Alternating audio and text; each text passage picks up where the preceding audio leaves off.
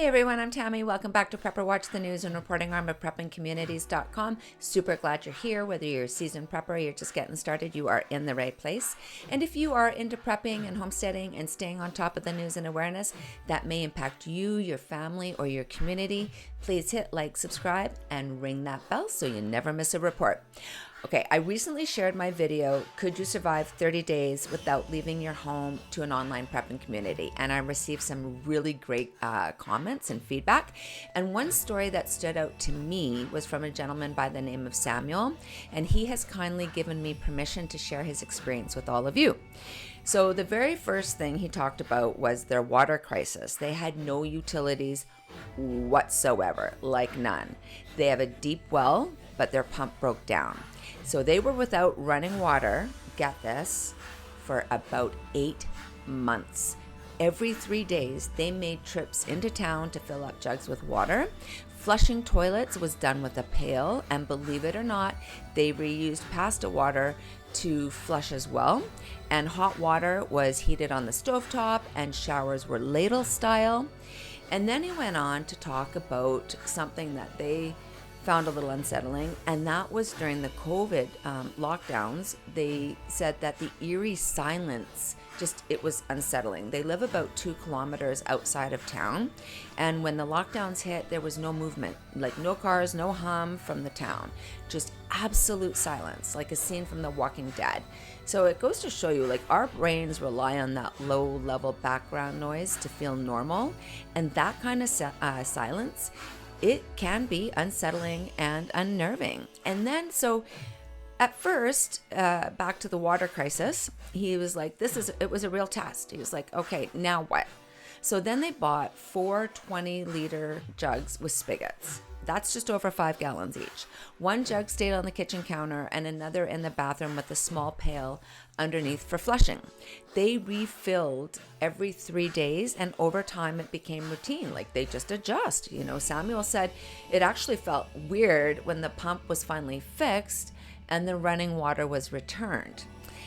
So then here's the real kicker. They had a brush fire that started far away from their home, but the high winds spread it so fast, it burned their entire front yard. And fortunately, their masonry home with the cement walkway was safe.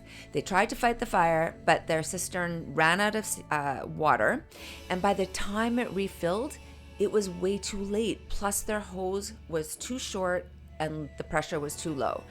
And the smoke was so dense, it almost blackened the sun. A little bit scary.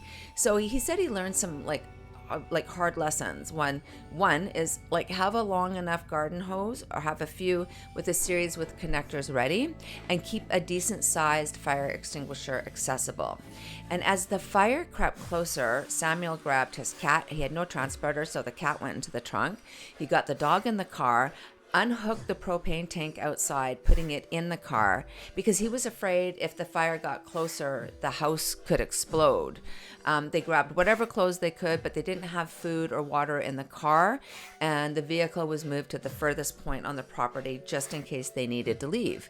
He did plan to release the residual gas from the stove lines, but forgot. And the next day when reconnecting, the stove burner stayed on for at least a minute or two, and that leftover gas could have caused serious havoc. So sometimes in panic mode, details slip through the cracks. And Samuel's story isn't a Hollywood script. It's real. And we're very grateful for his openness and allowing me to share his story, because it can help every single one of us get smarter, prepare better, and think deeper. And what I would like to do is share more real stories like this on our platform. So please be sure to subscribe, hit the bell, and join us at Prepping Communities, where we're building not just knowledge, but resilience. And I guess I want to ask you, like, how prepared are you for long-term utility outages like water or power loss? Like, what fire safety measures do you have in place on your property? Hoses, extinguishers, and evacuation plans?